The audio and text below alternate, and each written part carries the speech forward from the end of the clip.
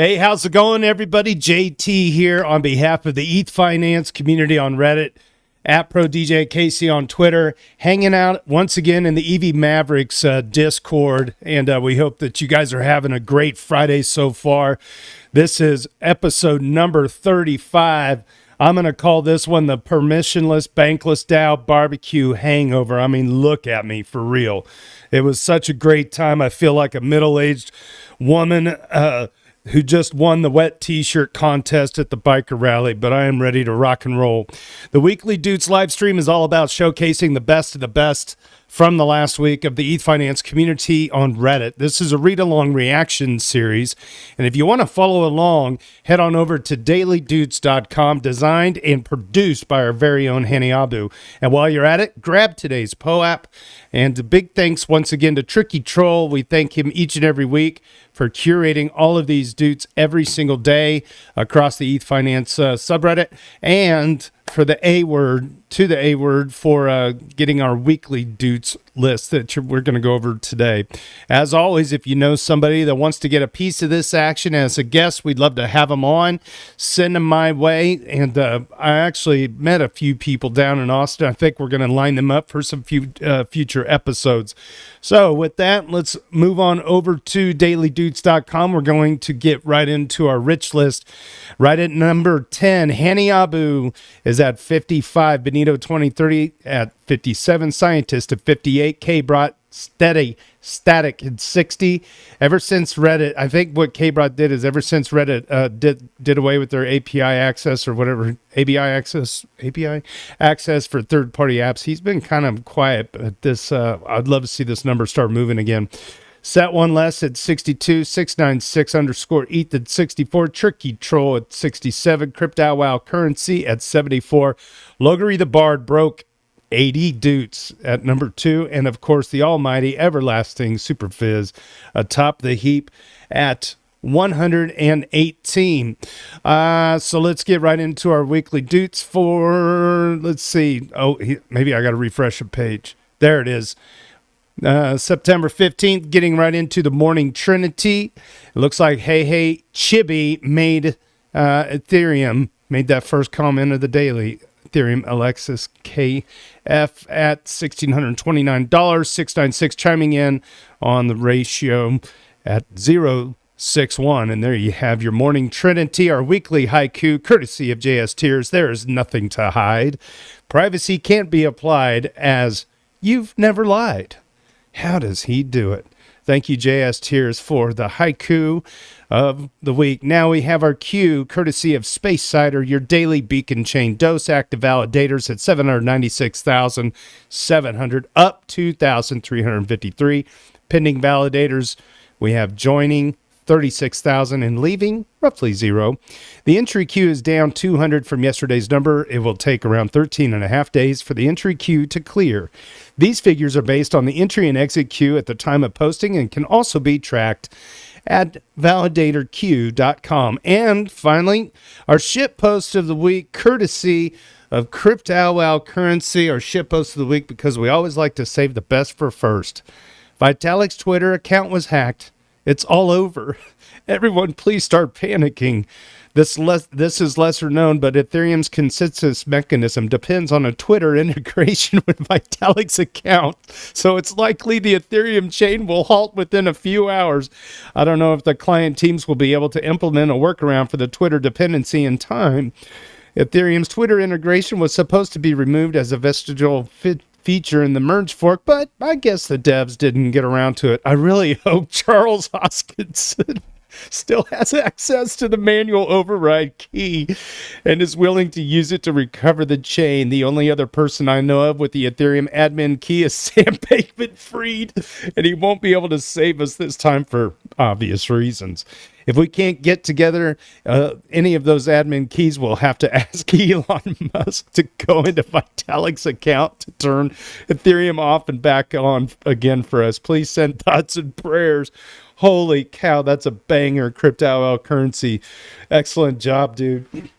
Oh my gosh. And you know that like there was a point in time across crypto news organizations where they would just like misquote stuff. You could actually see that being like a scheme for hackers to use. It's a shit post to us, but for like, mom and pop, Bob and Alice, they may not understand that it's all comedy. So anyway, yeah.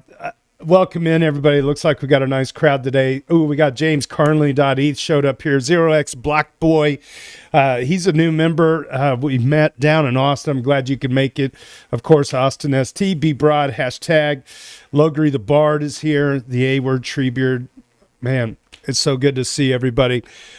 So, yeah, this last week, the A-word actually came to Kansas City, and we rode down to Austin together and threw down some barbecue for Bankless Dow members.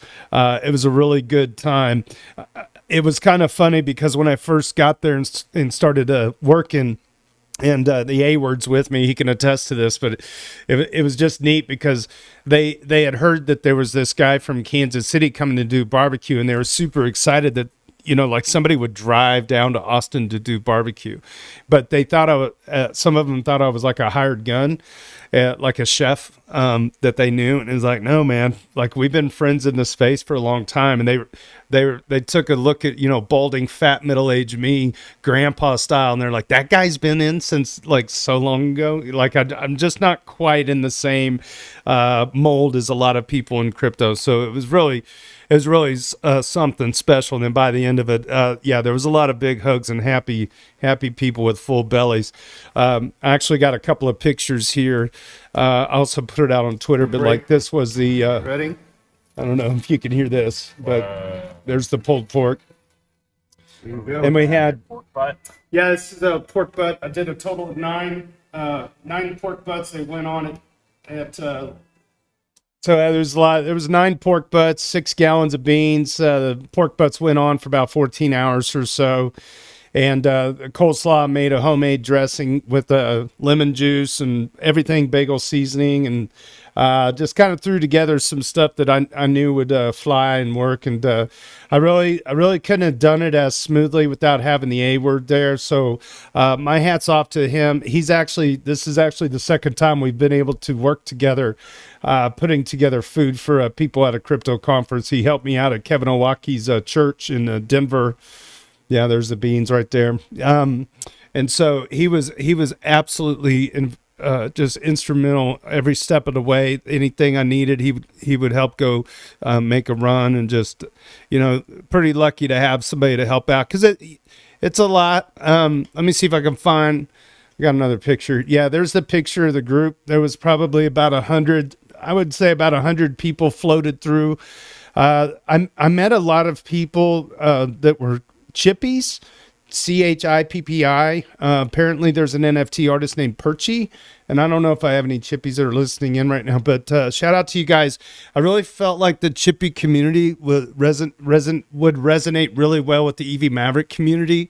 The ethos of how their NFTs were minted was, it was based on the artwork, and you would commission this artist. I guess his name is Perchy. I hope I don't butcher this, but anyway, the people pitched in to get their own NFTs made, and they're all one-offs. And I think there was a total of like 500, if I remember.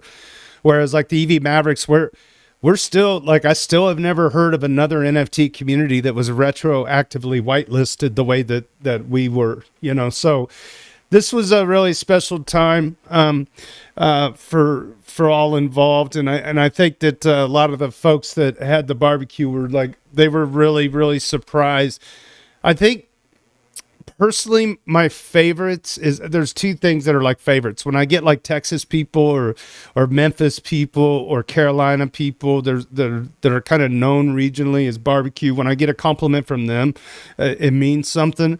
But my favorite, I'm telling you, my favorite is like when I have some big city folks that just can't barbecue for whatever reason because they can't like have a fire in town, or even better when it's like somebody that's just like from a state that doesn't do it, or people that are from other countries and they just want to know how it works. And that's when I really get into my element, because I can I could be a teacher again.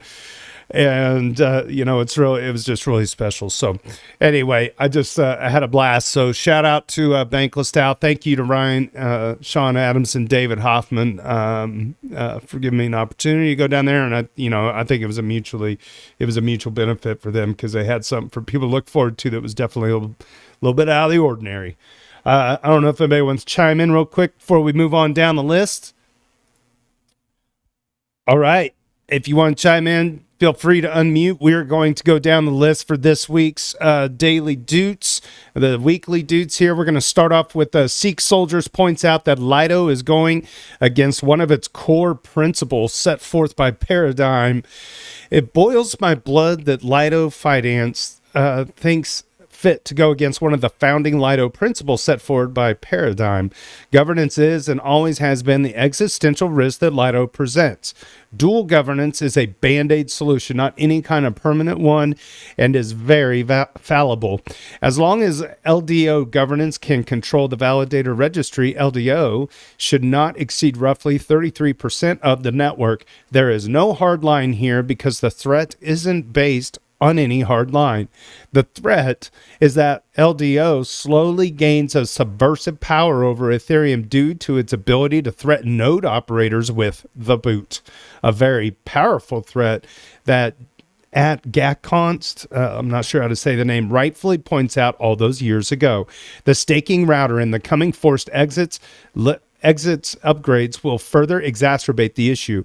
Both will increase the power of LDO token holders over the node operators. Forced exits especially worry me, as it has been touted as their solution for keeping their permission node operators in line. Governance is a weakness. The existence of a threat is the problem itself. We cannot rely on LDO holders to be good stewards, not even with Steth veto power.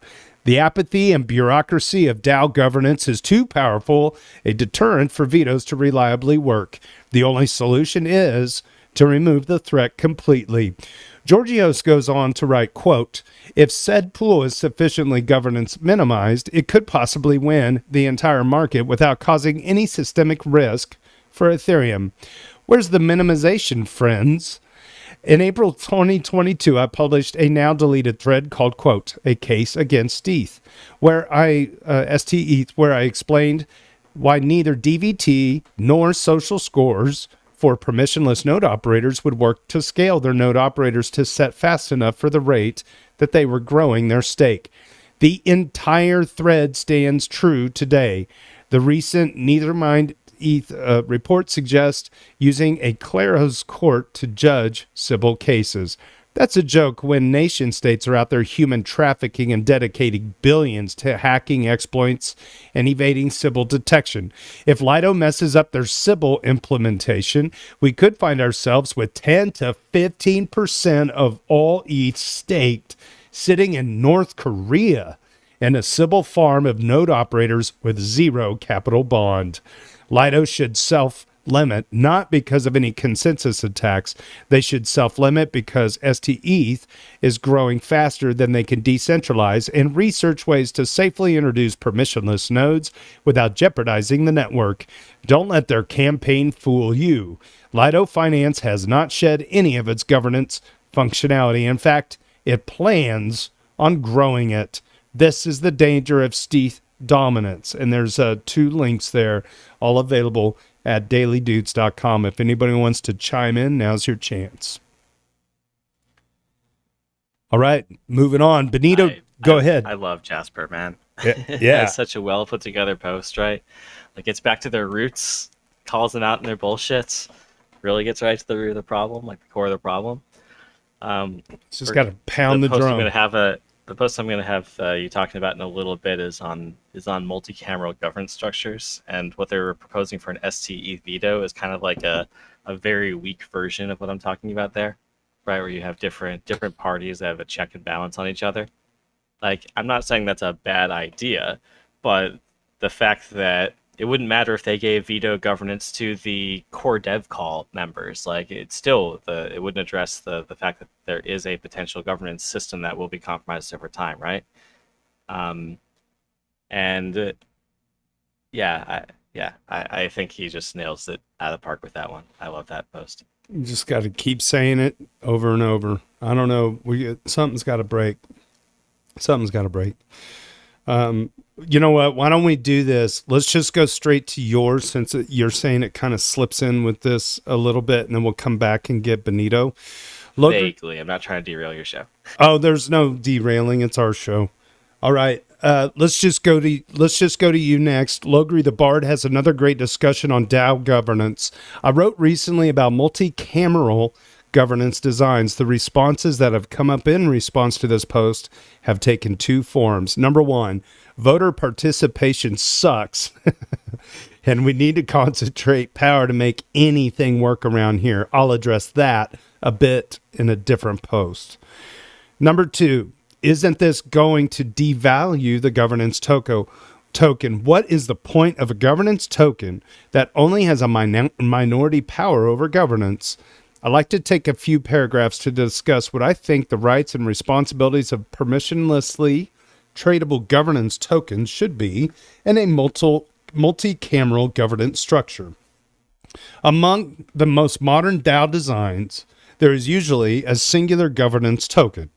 This token usually serves two purposes. The first, as the name implies, is that it acts as a force in governance. The second is it serves as a fundraising tool, potentially by multiple mechanisms such as ICO, bond, inflation schedules, or call options. There are a few other minor uses as well that I go into here, and there's a hyperlink.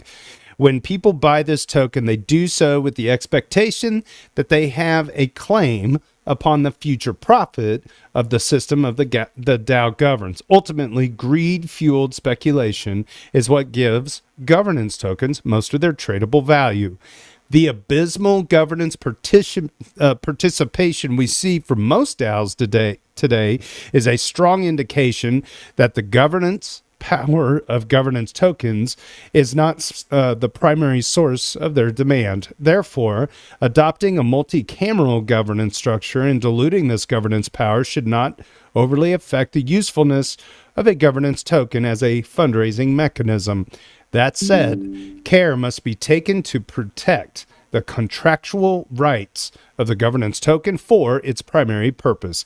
If clarity on this is not provided, investor confidence will wane, and the DAO will quickly find itself unable to raise funds by issuing tokens. At that point, the DAO either must have a self-sufficient product, rely on charity from necessary participants, or watch as necessary participants stop doing their necessary work and the system fails. One guarantee the DAO can provide to the governance token holders is to escrow the treasury funds directly within the governance token governing body, the capital module. System profit should be automatically sent to the treasury. At minimum, since each governing body controls its own state, this gives the token holders the ability to revoke token approval to these funds to the parent DAO. This guarantees those token holders a contractual right to the treasury should the DAO dissolve or they want to revolt. All they have to do is pass a policy to pay out the treasury themselves. Another guarantee the DAO can provide the governance token holders is to make it very difficult for the parent DAO to change any fund flow related to policies without their approval. The capital module needs to have confidence that their power over the purse can't be whimsically revoked. Different types of proposals in the parent DAO can potentially have different rules required to ratify them. This is also consistent with granting governance power over topics to those it affects the most. The governance token holders are the most affected by changes to monetary flows and should have greater say on changing certain parameters related to that than their other governing bodies. This satisfies a design goal of fairness. The last guarantees all come, let me back up. The last guarantees all come from the last guarantees all come from the ability of each governing body to maintain its own internal state. Sorry, that sentence fucked me up. The parent DAO can only invoke functions on the governing body contract that it allows. Any control over these matters the capital module grants to the parent DAO are inherently revocable. This gives the capital module ultimate control over the issuance of the governance token and all matters dependent on that, such as how to incentivize liquidity depth for the token, how to structure bonds, its inflation schedule, etc. In summary, it is my belief that so long as the governance token holders have faith in the future revenue of the system and their claim right to it, the token should retain value. So long as it has value, it can serve its primary purpose as a fundraising mechanism. I don't believe in diluting the governance power of these tokens will destroy their value, but I do think it can lead to a DAO that is more resilient and likely to succeed in the long term for reasons stated in my previous post. The main ingredient we're missing to try this somewhere is a guinea pig and a fairly small software package. I think it's a much better direction than what Rune is doing to Maker with, quote, neural tokenomics, unquote, for example. And that comes to us by way of Logri the Bard, another big banger. Awesome. How much of that did you understand, JT? I'd have to read it again when I'm not like war torn and barbecue sauce loaded, and I'm not even really hungover. That wouldn't be fair. I'm just physically and a little bit mentally tired. I would need I think it would make sense to have a kind of like a flow chart, like a bubble chart thing, or whatever, like connecting some lines, if this, then that kind of stuff. You got a lot going on there, but it seems like you're saying it's kind of in a very simple way and in comparatively a few words, like some options here that people can do to fix this voter participation problem and retain. It's actually not the voter participation problem. Mm-hmm. I'm drawing an insight that different types of issues should be voted on by different people based on their expertise. Oh, I see. So, and the other thing is that right now when we do airdrops, there's a single airdrop, which is the only time that the DAO, whatever it's about to be, has a chance to decide on its voters according to something other than who can buy and sell the token. From the moment of the airdrop after, a billionaire could come in and own the DAO. Gotcha. Right? Like the only time that we have to decide who's going to run the DAO is at airdrop time. So it's almost like different colors of governance tokens within one big airdrop. Yeah, except for I'm suggesting that it's probably not healthy for most of those tokens to be tradable, or else they just will all be taken over by capital in the long term. Gotcha. Right, as long as they have a monetary flow attached to them, someone's going to say, "Oh, I'll buy because it gets a 5% yield," and that will eventually dominate who is holding the token. It's like buying people that are buying influence. these things as investments usually are not that active in governance matters. That's why governance participation is so abysmal in these tokens. And the issues that they care about tend to be very related to the monetary flows. One, they bought into a system for its monetary flows, and so it seems ethical that they have a higher weight in those decisions somehow. And then second, for other things related to like day-to-day operations, do you really need someone that's investing for a 5% yield be voting on, I don't know, the configuration parameters for an Alchemix vault? Like, right. What do they know, right? Yeah, because that's not their expertise. Yeah, you want to delegate that to somebody who knows a bit more about it. It's like, do they even know who to delegate to? The point is they have no expertise, and so I don't think the answer is just, well, let a multi-sig run everything and have it completely untethered to governance votes. But I do think that we could have when I say multi-cameral, it just means that there are different governing bodies. They're like houses, right? You have the House of Lords, the House of Commons, or the U.S. Congress, the House versus the Senate. These are multi-cameral systems, and you can have selection criteria for each house be different. So you can have one selection criteria be expertise on, the Alchemic system, because those are the people that are borrowing from the vaults, for example. And so they have at least minimal experience interacting with the vault system and know what that's about, and they can see the relative attraction of each one and dial in parameters. They would probably be at least minorly better suited than just someone that threw $1 into the LCX token, right? Right. So I'm trying to draw on this insight that if I'm the U.S. Congress, it's damn silly for the person who has the background in, I don't know, being a doctor to be making decisions on road infrastructure, right? Hmm. But that's how we do it right now, Yeah, we don't have like a house because of. we organize the Senate based on to represent territoriality, right? Like someone from this zip code has a representative, and it kind of bubbles up. So we don't bubble up our governance structure in like the U.S. government by expertise. We do it by locality. And I think that when you're in a digital nation state, locality has no real meaning. All you have to go by organization is aptitude at various tasks. And so you can make a more technocratic or more merit-based governance system by continually selecting people with aptitude at certain tasks and giving them higher influence over those tasks, right? So this would be And kind of so, almost like you got a doctor, right, not chiming in on road construction. So you have like the American Medical Association versus like the Department of Transportation, right? So you're kind of, yeah, so the it's guy almost that like owns a democracy the thing. guy that owns the concrete, company, he's running in the Senate. Like, cool, The he can have a mafia? large, yeah, exactly. He can have a larger say over the how much of the funds go to bridges or whatever. And the Mm-hmm. guy that's the doctor, maybe he has a higher say over abortion, right? Mm-hmm. And it's not to say the other person has zero say. We're just talking about relative weights.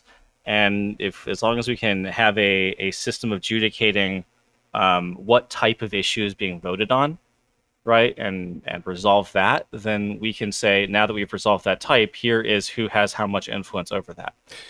And if we get out tradable tokens, then you don't really have to care if I debase you. So we could have a rebasing influence token that's not tradable under most circumstances. And I just like have your influence, and then I redistribute another block of influence to whoever has demonstrated aptitude to this topic in the last X time period. We can just do this forever. Because you can't buy or sell it, what's your what's your claim of harm, right? Okay, so let's look at, could it be, this is just me spitballing here. Let's say in the Maverick style, just because you're talking about having a guinea pig. Let's say let's say for whatever, I'm just going to pick an arbitrary number that we have 10 people that want to be focused on content creation. We have 10 people that are probably going to be good at like grant applications. I don't know, whatever. We have 10 people that are good at taking the EVMavericks and building new NFT features, such as, changing the smiles and the eyeballs and the hair, whatever, and whatever. So for each of those 10 things, you just issue a one-off NFT for each of those 10 things. And then once a person gives up or they die or whatever, that NFT gets burned. It can't be sold to somebody else. So then, Yeah, if you then do it you'd with have NFT, like you're a doing it in a DAO. very discreet way. Yeah, you'd have a DAO structure that could produce another NFT to fill that slot. Yeah, you could do this with a bunch of different councils. It's almost And like a then Supreme Court for each of these But then little there's things. this kind of like, okay, if there is a larger vote, how does each of the council, like you could chop up the matters and say all the road projects go down to the road council, or you could say the road council if it reaches 50%, it can be ratified by the other houses, or if they veto that for some reason, then you could use 66% vote, right? That would be a very familiar type of structure, right? So you don't have to completely delegate the matter. Sure. You can have it just different weighted influence based on who's the primary owner of a given issue or vote. Okay, let's say we got construction technology and we have doctors and there's a hospital that needs to be made. Now you have to have both of those intertwined to produce a vote there, right? So it's not just strictly, a medical thing. So if so there's you'd have a lot of contention, overlap. Yeah. if there's contention, you could imagine something like a judicial branch, or you could use something like a UMA Oracle that's a neutral third party to decide using a like commit reveal scheme. Right? There's fair ways of basically adjudicating who has ownership over a given vote if it becomes contentious. Or you could just say, look, we can have another vote on where this vote goes. Right? The consultants. So the consultants are the wild card swing voters. Well, they're paid to ascertain truth. Yeah. In a way that is So with commit reveal schemes, you all have to vote based on what you think the truth is, and then you reveal your vote after a certain after everyone's had a chance to vote. And based on the spread of answers, you are paid out based on your accuracy. It's like game theory. What is everyone else going to think about the measure of the ETH price today? Well, the easiest answer is the actual ETH price today. If you want to try and make a conspiracy that the ETH price is $100 higher or something, in theory you could, but you'd have to coordinate with all the other people in the system to like vote that's $100 higher, right? So a lot of these systems come down to what would a reasonable person assess the answer to this question to be? Because that's going to be the most popular answer. That's the shelling point, and the commit reveal scheme is going to largely produce that as a result. And if you have no vested interest in the outcome other than assessing the truth of some question, it's like putting something forth to a jury, right? You don't usually put the whole case to a jury. You say, here are the open questions the jury has to reach a determination on. Is the person guilty? To what extent? Here's a fact that is disputed by the initial trial. You put that forth, and you're basically saying, what would a reasonable person reach as a decision here? The jury has no vested interest in the case. You know, it uses similar principles, but it's decentralized so that anyone can come in and participate at scale, right? And so we can have people from all over the world reaching this determination. And anyway, it's a one-time oracle, so it doesn't cost that much to do it. It can cost you a few $100s to have a few hundred people reach a determination on some question. And you know, otherwise you could just say, look, the DAO in total votes on where the issue is assigned, right? And that'd be another simple, probably cheaper answer, but with different consequences. So, you know, I'm just trying to say, coming from this basic intuition that I want different people to have varying degrees of influence in the outcome of a question, then how can I accomplish that, right? And I think multicameralism is a good way of representing that because it allows you to select those different people and file them into different governing bodies, right? And then constantly be rejuvenating the ownership of that governing body based on who has demonstrated aptitude at that task. So it's not just a one-shot airdrop and then it's up to the winds. You can constantly be reallocating that pie chart of influence based on who's now the participants in the system, right?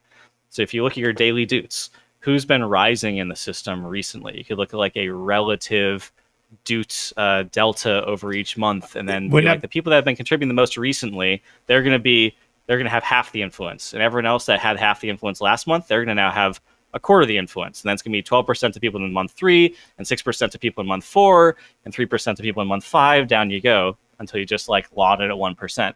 And so we could have a like time-weighted Doot leaderboard set of who's participating lately, and they're the people that are active on Doot-related matters. I don't know what that would be, but you get the point, right? It would also be neat to, this is kind of a side thing, but visually, and I know Hanniabu is going to roll his eyes when I say this, because it's one of these deals where it's always a good idea, but it's really hard in practice to code. But it'd be neat if he could make a heat map for like who's rising. So like, for instance, we, you know, who was it last week, had three Doots in a day.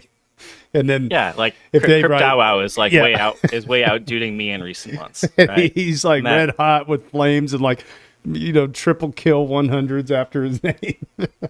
So imagine we just take a chop of the top 10 every month, emojis. And then we give them the top 10 for the last month own half of the voting influence. And then if you were in the previous month, you had your stake gets halved in order to make room for that new half, right? And we just keep doing that system. That would be a way of continually rejuvenating who has influence in the Doots governing body, right? The point is, it's not just a single airdrop. It can constantly be re-airdropped based on this selection criteria that you evaluate, right? Yeah, the rolling airdrop. And then airdrop.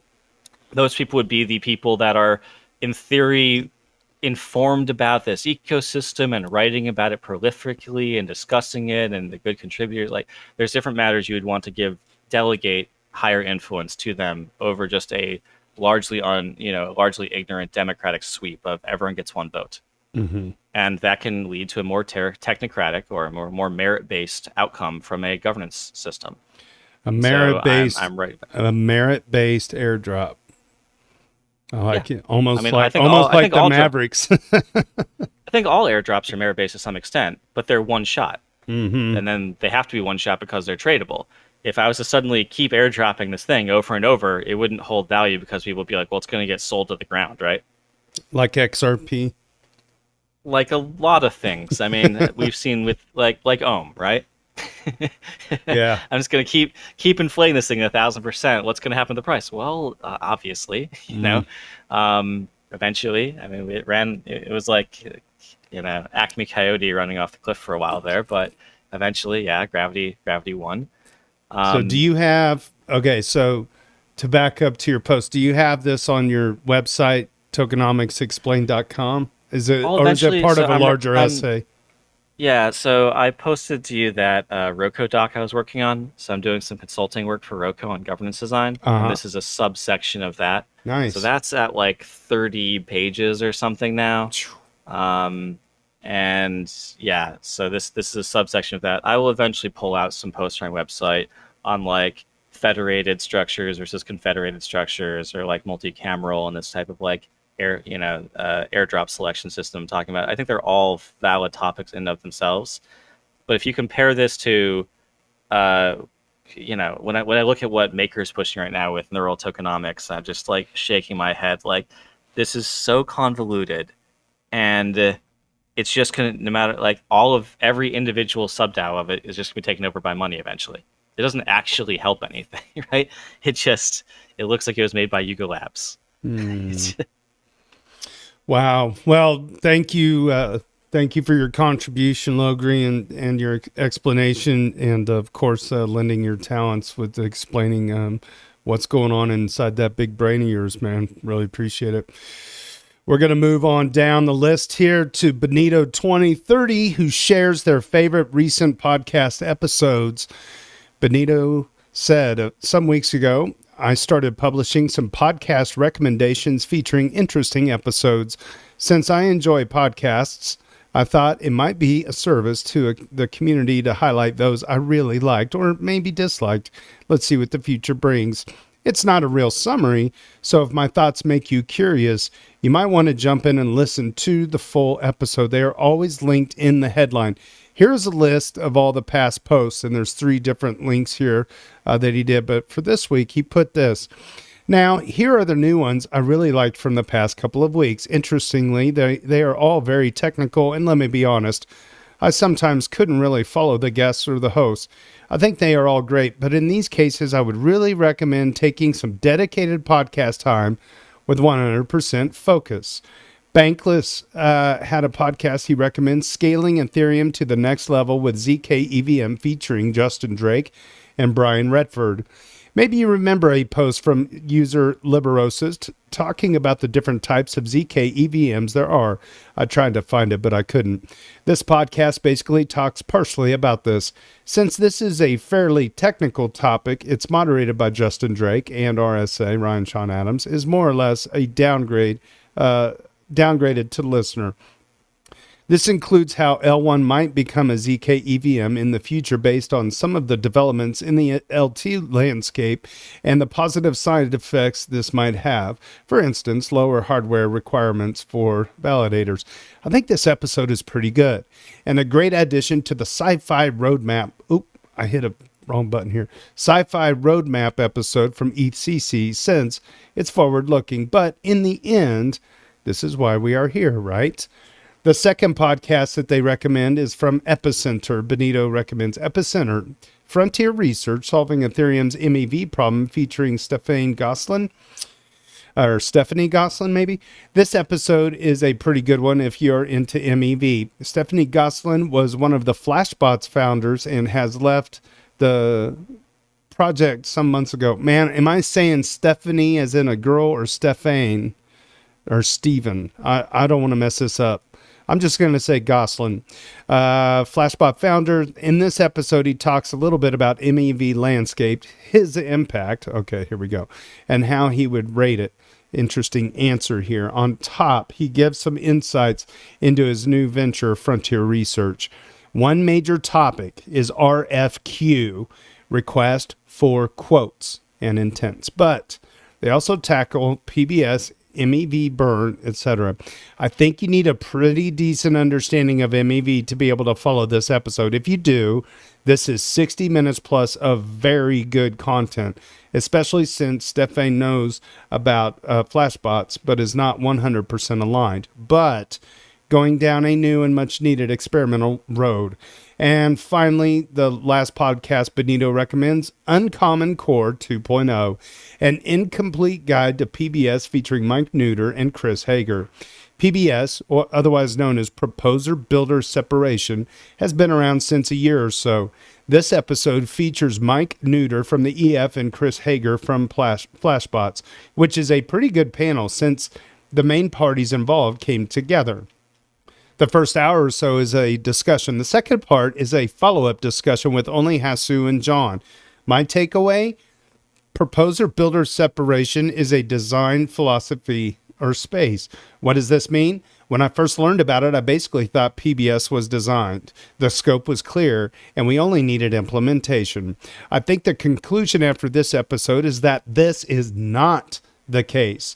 There are a lot of different implementations possible, and it's not even clear if ePBS, otherwise known as enshrined, public proposer-builder separation. Okay, enshrined proposer-builder separation is the way to go, and it's not even clear if that's the way to go. User ETH10K is FUD. Since we talked about MEV burn yesterday, this is the episode that led to my answer. Okay. And then ETH10K is FUD. Okay, Benito, this sucks. This is also technical. Why didn't you include a podcast I can just listen to on my way to work or in the gym, and if I blink, I can just continue listening? Well, I'm glad you asked, Benito says, because I've got you covered. Here's a bonus episode from the chopping block. Coinbase's Paul Grewal on why the SEC is going after crypto so aggressively. This chopping block episode is a pretty good summary about the SEC versus crypto and Coinbase. I liked it a lot because I think Paul is a pretty cool guest. He's Coinbase's chief legal officer. Oh, yeah, I know this guy. Okay. And he is pretty transparently explains why Coinbase acts in the way it does. I'm not sure the speculation about Gary Gensler's motivation is the best approach, but the rest of it is a very good summary and includes some industry insights that I think are very interesting. And if you don't follow as closely, this episode is the one you want to listen to. This is it for today, but I already have picked out one podcast episode for the 5th edition. So if you want somebody to follow on Reddit who posts their favorite podcast episodes, not just the podcasts themselves, but particular episodes, which I think is super helpful for people, user Benito2030. Shout out to you. Thank you for supplying that to Ethfinance. Anybody want to chime in on that? Otherwise, I'm going to move on down the line. All right. Very good. User Newman513 talks about methods to mitigate issues from the ever-growing validator set. I see some chatter in here today about the late-stage proposal to limit the validator churn limit for inclusion in DNAB. I've been following this relatively closely since I think that this has the potential to brew into a Category 5 storm for the 250 of us that are terminally online and plugged into Ethereum development drama. I first became aware of this, quote, issue during the ACD 113. Bad news always comes on the 13th. TLDR on the issue, parroting Kristen Kim, because she can summarize better than I can, quote, a large validator set size is undesirable because this increases the computational burden on validator nodes and creates complications for implementing future code changes, such as single slot finality.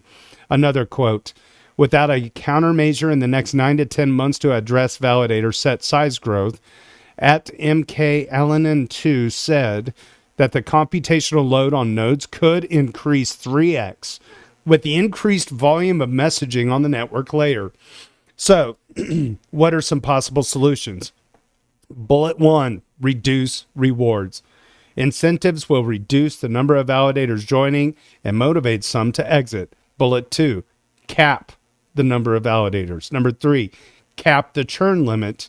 And number 4, implement longer-term solutions that actually solve the problem, but require more research and development to design and vet.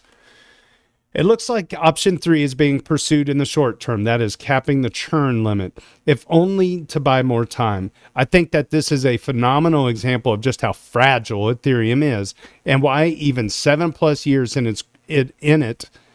it's critical to be mindful of introducing systems on top of the protocol that bring with them considerable unknowns. Think eigenlayer. Love the potential innovation, but the stage-gated, slow rollout to understand the intricacies of the interdependencies that new primitives introduce is preferable to me. And I'd argue responsible, particularly when building on top of something so unsteady that it's managed to command as much economic importance as Ethereum has since inception. I will get off my soapbox. Y'all are on the same page. Hopefully the summary and sources will be helpful. And there are 4 different links to look at here for content furthering this conversation. Big shout out to Newman513 for this. I love how he says the 250 of us that are terminally online and plugged into Ethereum development drama. I tell you what, the people up in the ivory tower that are paying attention to this stuff, thank you. And good catch, A-Word, for finding this one and putting it on the weekly. If anybody has any comments, now's a great time to chime in. All right, moving on down. Someday it's dark. User Someday It's Dark starts a discussion after a recent block proposal. I posted this to the EVM Discord, but I figured it would be healthy to blast here too. Well, thank you. I proposed my 4th block recently, party emoji, but because my MEV boost minimum bid is set to 0.05, if I don't receive any bids higher than 0.05, my client, sorry, my phone's ringing, spam risk, wouldn't you know? 0.05, my client's built. Let me back up. Because my MEV boost minimum bid is set to 0.05, if I don't receive any bids higher than 0.05, my client builds the block itself. That is working fine. So far, 3/4 of my blocks have been homemade, but my most recent block had my first Tornado Cash transaction in it. I'm just annoyed by regulatory lack of clarity on whether or not I should care as a U.S. operator. I could run MEV Boost with no minimum bid and point it at the only OFAC compliant relays, is what the government might say in the future. What happens eventually once we have a proposer-builder separation? That's the plan, right? I'm not super familiar with how that works. If U.S. validators currently aren't held to KYC regulations, which I believe is accurate, then we shouldn't care at all even if someone wants to transact with an OFAC list address. Maybe that's a bad assumption. If I need to be OFAC compliant, then I need to know for sure. That way I can either just do it or move my server out of the country. Would that even be sufficient? Even Coinbase still validates non-compliant transactions, or so I've heard. I haven't actually confirmed this. I'm going to go look. According to this blurb, and there's a link, they run some validators without MEV deliberately to prevent censorship. Prime and retail Coinbase users are opted into MEVs automatically, by the way. I just started to peep Etherscan to see what the big exchanges are doing, and now they list a recent Kraken block with Tornado Cash transaction. Let me open up these in another tab. Most I'm finding are Lido blocks, but that's hardly surprising. So we can see on Etherscan these transactions, and I probably have to open up another tab here to see the Tornado Cash piece in contract internal, and Uniswap, Arbitrum, Uniswap, Seaport. Let me Control F. If I do Tornado, does that work? Okay. Yeah, I don't know how to look at this properly. All right.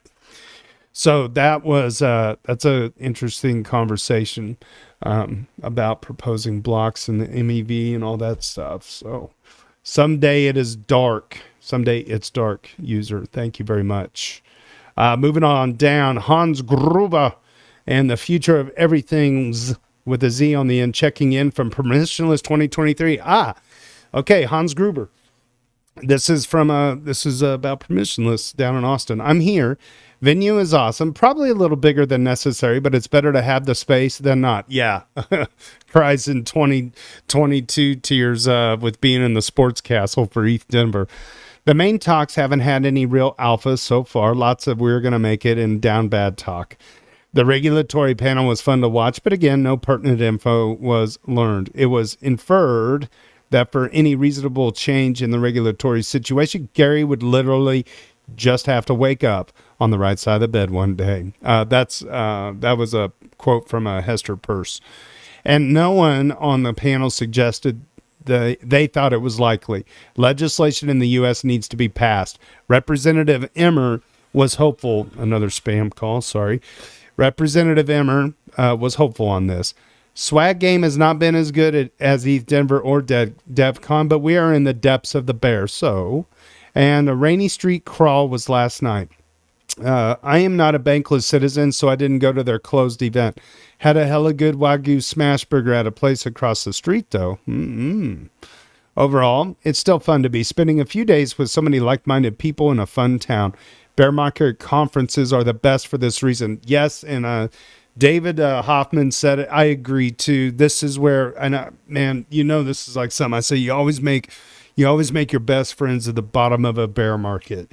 You just do. It's like kind of where people are just like, you're not worried about price. You're worried about working even harder.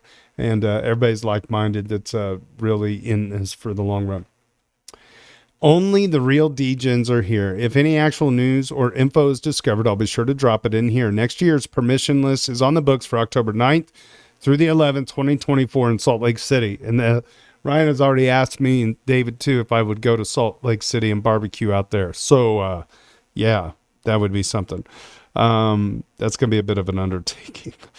Let's see. Future of Everything's also... Oh, he was at the barbecue. Hanging out with the A-Word and JT at Permissionless, taste testing some early offerings from the smoker and talking DAOs, solo staking, and the history of Ethfinance. No reason to go to the main event like I planned. It's just too much fun here. I'm a CA, certified accountant maybe, and longtime ETH community member, currently building Sobol, SOBOL.io. I'm an early contributor to Bankless DAO, plus tons of other DAO communities. Total DAO needed. Nice to find the daily because my Twitter feed is pure noise. Thanks for the gift, good barbecue buddy, and have good vibes today. So, yeah, that's right. Sobol, your DAO organization's hub. So, yeah, we need to. I'm going to put this in the chat. Yeah, and I don't think they are in here. I'm going to put this link in the chat, but that was the big thing is, it was like a broken record because most of the people are on Twitter now and Reddit. I've noticed that there's a lot of crypto people that are like this 2020 era, 2019 era that got in because they learned about it on Twitter. And then if they find any, crypto related stuff on Reddit, it just doesn't compute to them. Like it's pure spam, I think, just kind of bluntly putting it. And so A-Word and I were like spreading the EVMavericks gospel of Ethfinance to these folks and said, check out the daily. We only got like 200 or 300 comments. It's like, it's easy enough to get through a whole day's news, like a newspaper, and treat it as such, and then even better be a contributor as such. And then kind of briefly talked about how we used the Reddit Legos to come up with this Doots thing and this live stream thing, and they were very receptive to it. They just didn't know where to look on Reddit because it's so, I mean, Twitter's kind of trash to them now, even though that's kind of how they learned about this space. They didn't realize that there could be a quality group on a place like Reddit that actually does good stuff with Ethereum. So anyway, we'll keep them around as long as possible. Oh yeah, so that's right. Okay, I'm glad. Yeah, Sobol. So this guy, now it's coming to me. Actually, we hung out the next day. This was a guy we went and ate tacos with for lunch. Really, he is a total EV Maverick ethos kind of guy. And then he turned me on to another company he thinks I could do some video work for. but I won't go on about it now. But anyway, this dude's from Consensus. This guy that made this Sobol stuff, he's working for this group, and they got a ton of people working on it. All right. Very good. Moving on up. Let's see. That was some Hans Gruber. All right. And Astafari 12 comments on the pros and cons of possible government actions. Oh, God. I would rather the U.S. not allow spot ETFs than red tape DeFi, which is basically what is happening with the proposed rules that are perhaps impossible to follow. ETFs are probably great for price action, but they aren't crypto. I remember how excited I was in 2020 about synthetic stocks, DeFi, insurance, gambling, and other use cases happening on Ethereum. Now we know that synthetic stocks are a massive regulatory no-no.